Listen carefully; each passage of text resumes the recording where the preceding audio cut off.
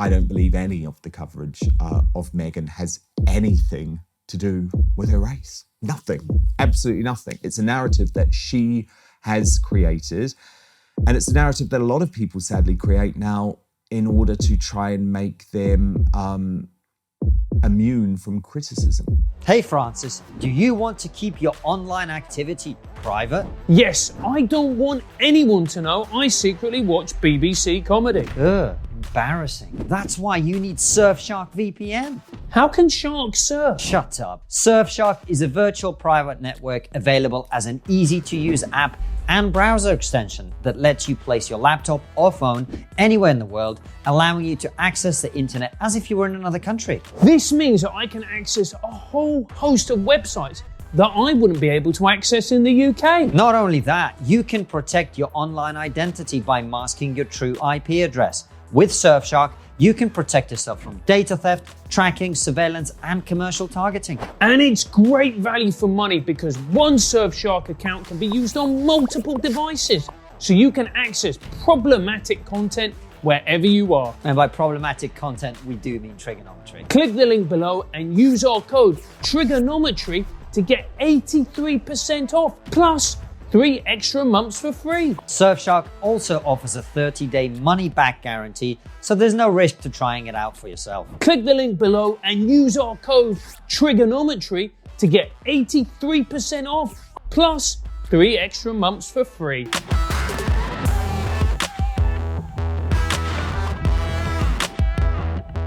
Look, we've done the lockdown, COVID, doom and gloom. Let's talk about something more lighthearted, because you're a big fan of the celeb goss. You love a bit of the royals as well, Meghan and Harry. And this, please forgive me for what will sound quite rightly as a slightly snobby question. Really? Yeah, from me, it's very unusual. But why do people care about that sort of stuff? Because you love it and you're very good at covering it. And when I'm on your show, we talk about it. And there's always a, you know, with Harry and Meghan, there's a bit of a political angle, which we can talk about in a sec. Well, why do people care about this sort of stuff more generally?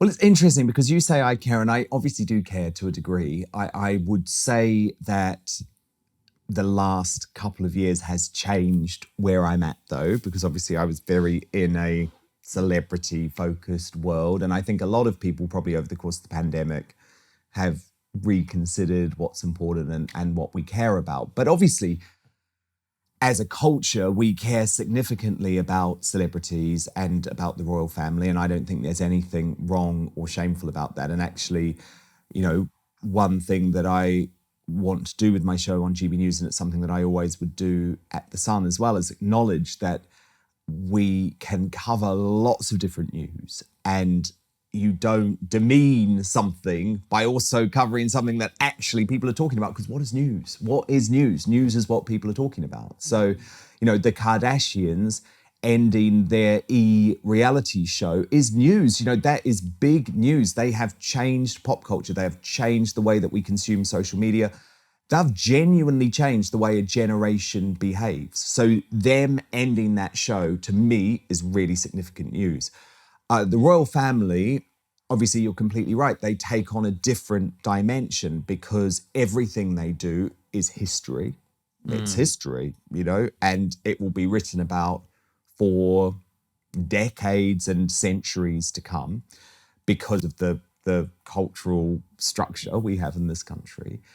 And obviously it's been an absolutely torrid and unprecedented time, the most unprecedented time for the royal family since the death of Princess Diana in 1997. And certainly for me as a teenager, when Princess Diana died, I was 14. I mean, you know, there are 2 news stories that I feel like define my teenage years. And obviously one is 9/11 and the other is the death of Princess Diana. You know, it was such a moment for this country and such a moment in culture as well. And it absolutely changed culture. It changed our relationship with celebrities and the royals, but it also changed how we are as Brits, because her death brought out a whole other sort of idea of expressing public emotion and feelings. And I think, if anything, it was sort of the end of the British stiff upper lip.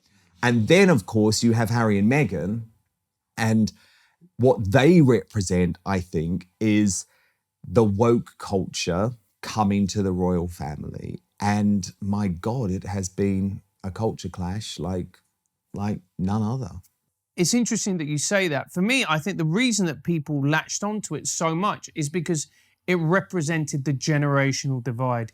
You have the divide of, the Queen, Philip, duty, country, etc., etc. You put your role before yourself. And then you have the woke, which is, it's about my feelings. It's about how I see the world. It's about protecting myself, keeping myself safe.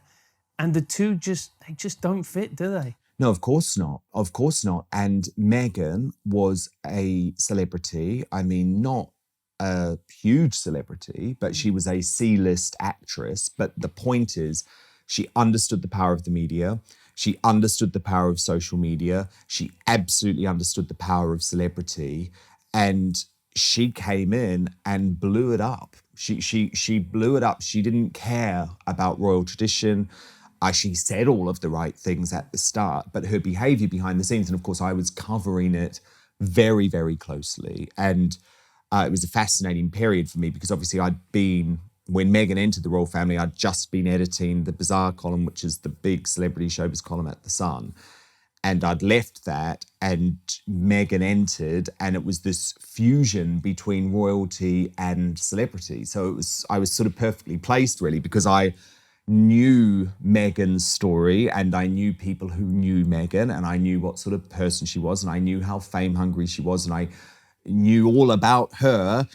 And to see her enter the royal family and the royal family just literally unable to cope was just fascinating. It was fascinating. And I broke story after story about it, and people cared, people cared. And obviously it culminated in me breaking the story of Megxit. And, they released their statement announcing they were leaving the royal family about, 8 hours after I'd broken the story. So it was a crazy period. And Dan, so we're talking about the royal family. We're talking about Megxit. We're also talking about the escapades of Prince Andrew.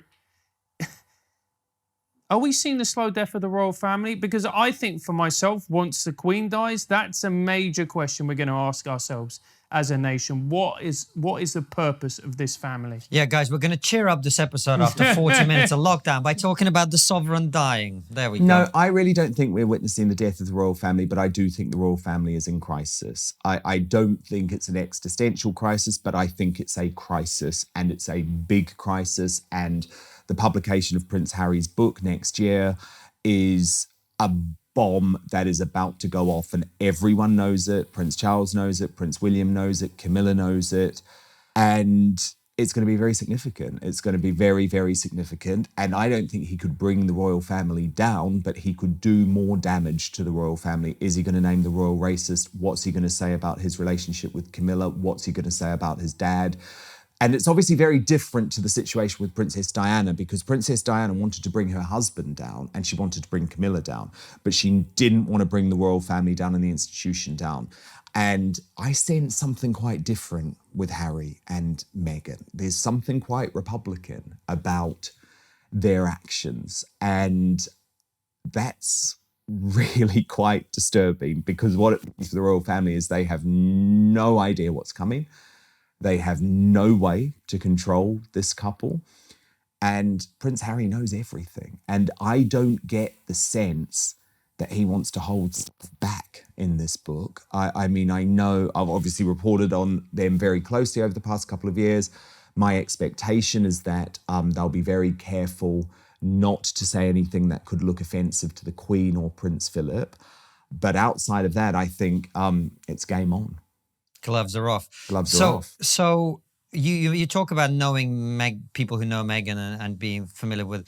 So what's the dynamics there? Like, because people talk about she's come in and she's kind of taken him to a different place mentally, or sort of almost taken advantage. Like, what's the dynamics there in your opinion? Well, look, I've always said I don't believe you can blame Meghan.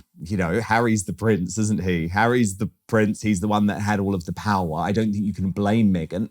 She's had a huge influence on him. She's clearly a very manipulative human being, and she's got him. And I think, look, I I judge people a bit. I know everyone's situation is different, but I do judge people a bit based on who's in their life from their childhood, both in terms of family and friends and school friends. And I know in my life, so I just think about me, my family and my friends from school are everything to me because they know me better than anyone else. And my goodness, they would be the first people I would have at my wedding at any cost, And Meghan had her mum.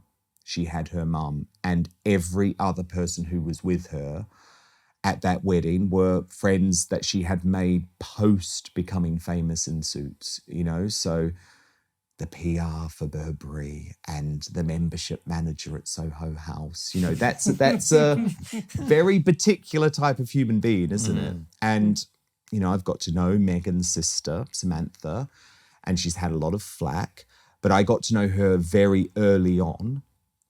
And what I would say is that everything that Samantha was saying, and at the time, remember, she was just accused of being a troll, but everything that Samantha warned has turned out to be true, Don't let her in, Harry. She's going to tear you away from your own family. And that's what's happened.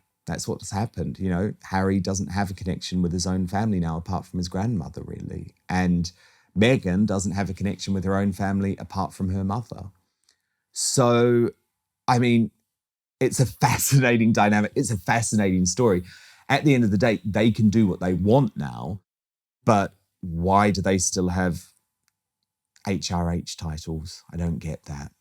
That's what I don't get. Why does Meghan release a book and say Meghan, the Duchess of Sussex? If she meant what she says about not caring about the royal family, wanting to be her own person, wanting to be a modern feminist, then surely it should be Meghan Markle. That's what I don't get.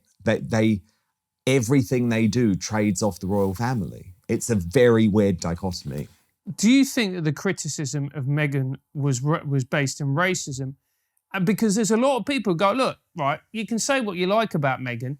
She hasn't done anything illegal. And then you look at Prince, allegedly with his best mate Epstein flying around the world. Why is he not receiving more criticism? Well, I have very strong feelings on this. So let me tackle, there's sort of two things. So I'll tackle Andrew and then the racism, if that's okay. So Prince Andrew, the media, and I get it all the time. People say to me, why are you not covering Andrew as much as Meghan? It's like, well, number one, I have. And number two, without the media, specifically my old newspaper, The News of the World, which spent weeks and weeks exposing Prince Andrew's relationship with Jeffrey Epstein. Without the media, there would be absolutely no knowledge of what Prince Andrew did with Jeffrey Epstein. Nothing. Every single revelation about Prince Andrew has been entirely driven by British newspapers. So The News of the World, The Mail on Sunday, The Sun primarily. And for a long time, the establishment and the royal family just wanted to ignore that story. They just wanted it to go away. There was no desire to bring down Prince Andrew. It was only reporting from British newspapers that exposed the story in the first place. And then, of course, it was the catastrophic car crash interview by the BBC with Prince Andrew that actually forced the Queen's hand and finally got him sacked from the royal family. So this idea that the British media has somehow tried to protect Prince Andrew, it's just laughably untrue. And you can probably tell it makes me really angry because it's a narrative that's used by Meghan supporters. And it's just so wrong. The second point on the racism, I'm also really passionate about because I covered that wedding and, I was there at Windsor and I've never seen, other than the 2012 Olympics, I've genuinely never seen the country more united or happy or more celebratory. Oh my God, we got behind Meghan. The British public loved this woman. We totally embraced the idea of a multicultural royal family.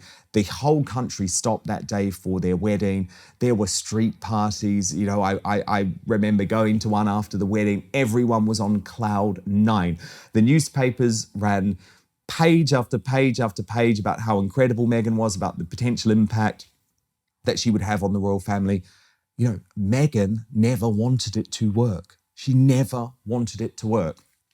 And she always was trying to construct a narrative of racist coverage of her. And I find it craven and weird and sad because it doesn't exist. You know, literally people point to one headline about avocados and one headline that referenced that movie. What is it? You know, Compton, Straight Outta Compton, referring to the fact that she was from a particular area. And actually, if you go and read that article, I think it was by Rachel Johnson, you know, Boris Johnson's sister, it was actually a broadly positive article. So I'm sorry, find me the racist coverage. It doesn't exist. It's a narrative created by Harry and Meghan. It's manipulative because remember, I mean, and I'm not saying this is necessarily right, but huge amount of negative press about Kate Middleton. I remember it. Yeah. You know, this is the point I always make. Weighty Katie. Yeah, well, I remember, that. And also, I can't remember, and I don't want to get it wrong because of the libel laws that you talked about, but some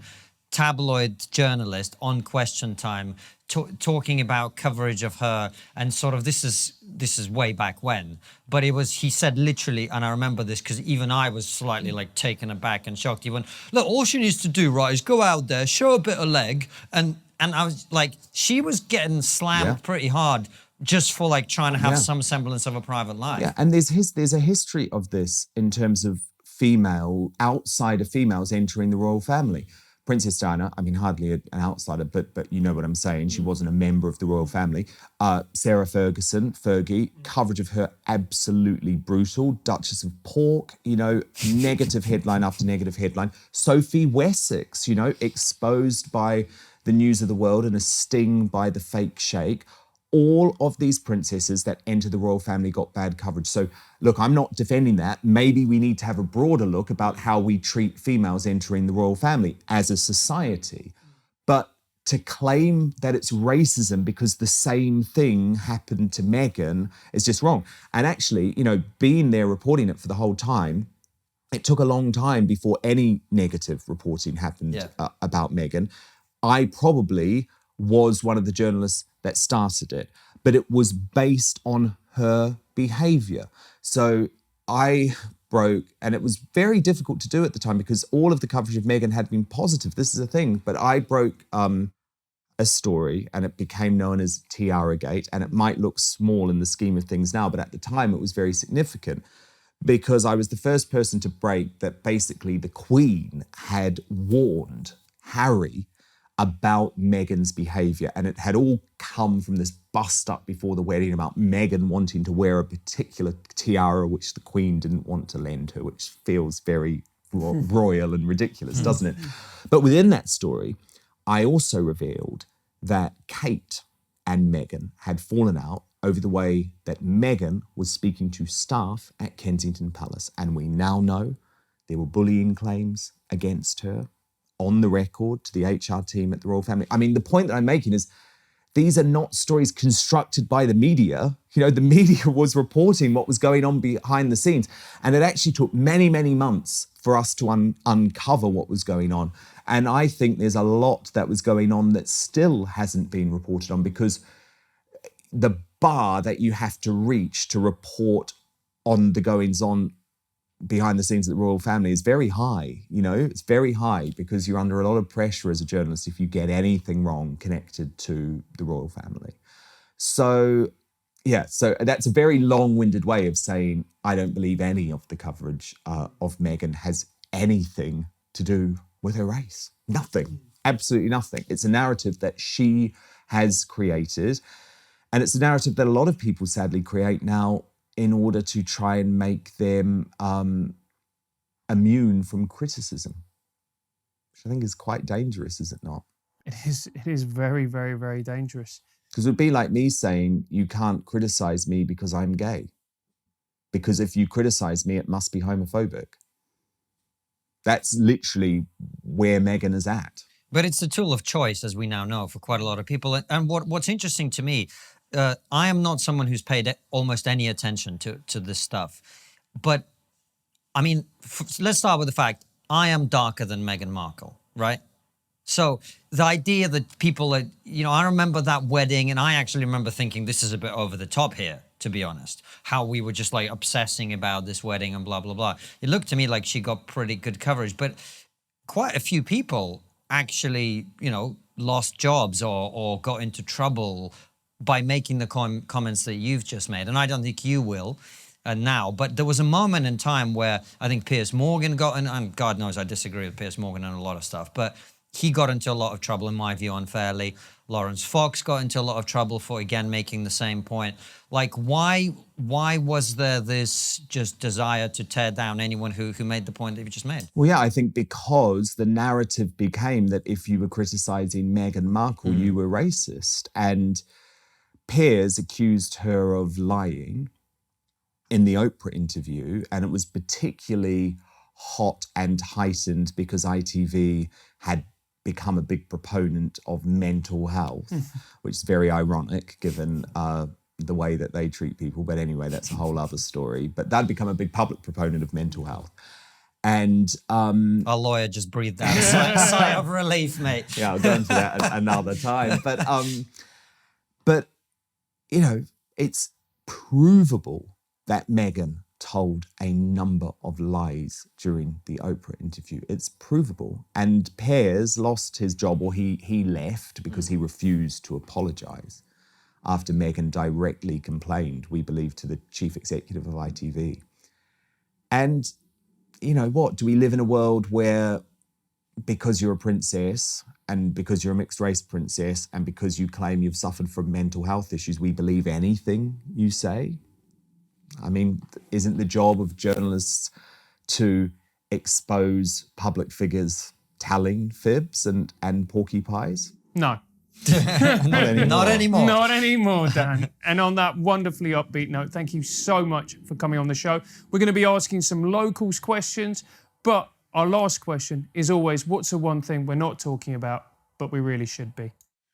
Well, I think this is probably quite a curveball based on everything we've been talking about during the show, because it's not related to any of it. But I think it is about tech addiction. I'm absolutely convinced it's going to become one of the most important stories over the next 20 years. I think I'm addicted to my phone, right, in a way that is genuinely quite scary. And I think for young people that have grown up literally from 2 years old, not doing anything other than touching technology from the moment they wake up to the moment they go to bed, there's going to be a whole load of mental health and societal challenges around that. And we just don't talk about it, do we? But everything now that we need in our life is contained very often in a phone. And it's breaking down lots of social interaction in society. It's causing lots of relationship difficulties. And yeah, I think tech addiction is something that, I mean, you see companies like Apple sort of are aware that this is going to become a big issue, which is why they've introduced things like screen time, where they tell you how much time you've spent on your phone. But I see it, doesn't stop me doing it. You know, just because I know I'm addicted, it doesn't mean I'm not addicted. Do you see what I mean? Yeah, totally. And I think it's going to become a huge issue for the big tech companies and also social media as well, because all of them play into each other. So how do we still use technology and harness the brilliance of technology without losing the importance of human interaction and what that brings us all? And I think especially with the pandemic and having people, especially young people, locked up at home for the past 2 years, I think the ramifications from it are huge, and I think it's going to be a big story to come. But at the moment, it's just not being covered. Dan, thank you so much for coming on the show. Ironically, if people want to find you online, where would be the best place? Probably via my social media. So I'm at Dan Wootton on Twitter and Facebook and Instagram. And of course, your GB News show. Remind people where, how, Yeah, and and when GB and News where. Tonight Live is on 9 p.m. till midnight, Monday to Thursday. And of course, Constantine, you're with me every Thursday night. So if you're a fan of TRIGGERnometry and you want a bit extra dose of Constantine, you've got to join us on Thursday. And GB News, you can download the app wherever you are in the world as well. So you don't even have to be in the UK. And it's free. Fantastic. Dan, thanks so much for coming on. Thank you. And thank you for watching at home and listening at home. We will see you very soon with another brilliant episode like this one or a Raw show. All of them go out 7 p.m. UK time, which is 2 p.m. Eastern. Take care and see you soon. See you soon, guys. We hope you've enjoyed this incredible interview. Remember to subscribe and hit the bell button so that you never miss another fantastic episode. And if you believe that the work we do here at TRIGGERnometry is important, support us by joining our locals community using the link below.